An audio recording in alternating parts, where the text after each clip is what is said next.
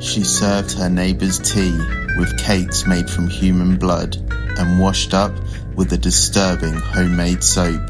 This is Killer Krunch and the disturbing tale of Leonarda Cianciulli, the Soap-Maker of Correggio. Leonarda was born in 1893 in a small, stifling village in southern Italy. From the start, life was cruel. She claimed her mother cursed her at birth for being the child of rape. Abuse, isolation, and superstition sank deep into her bones. She attempted to take her life twice as a young woman. She visited fortune tellers and palm readers constantly. One told her, "You will marry and have children, but all your children will die." And tragically, it started to come true. Leonarda married a registry clerk named Raphael, a quiet act of rebellion that defied her mother's will, and for that, she believed her womb was cursed. Out of 17 pregnancies, only 4 survived. She became obsessively protective over her children. Her love for her surviving son, Giuseppe, turned into a dangerous fixation. In 1939, as World War II ignited across Europe, Giuseppe announced he was joining the Italian army. And that's when Leonarda made a decision. A life must be given to save another's. Her first victim was Faustina Setti, a lonely middle-aged woman. Leonarda posed as a matchmaker and promised her a wealthy husband in another town. She convinced Faustina to write postcards to friends, saying she'd left voluntarily. Then, in her own kitchen, Leonarda gave her wine laced with drugs and struck her with an axe. She drained the blood into a basin and dismembered the body into 9 parts. And what came next was pure horror. Leonarda boiled the remains in caustic soda until the flesh melted off the bone.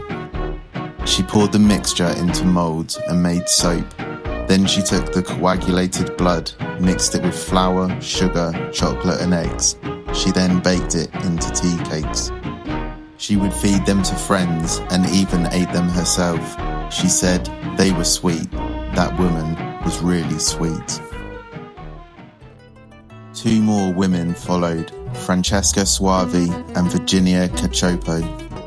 Both times, Leonarda lured them in with promises, a job in another city, a better life, a clean escape.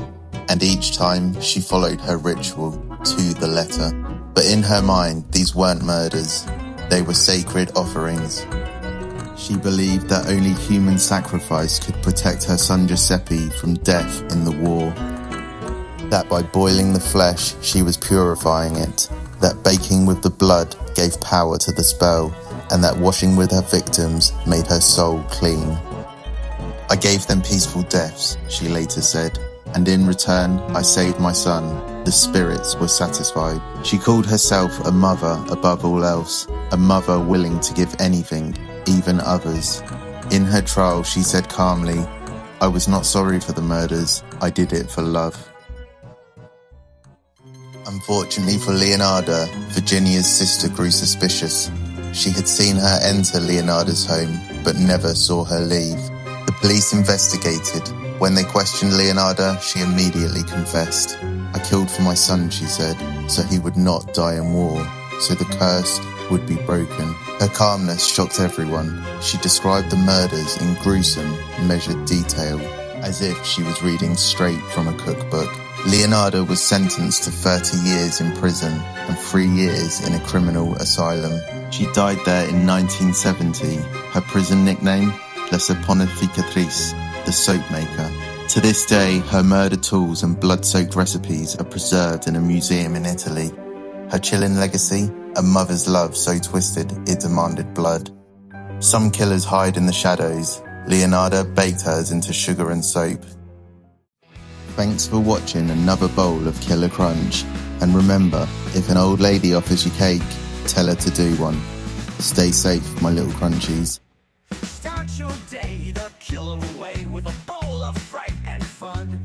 It's crunchy, spooky, downright kooky. You'll scream when the day is done.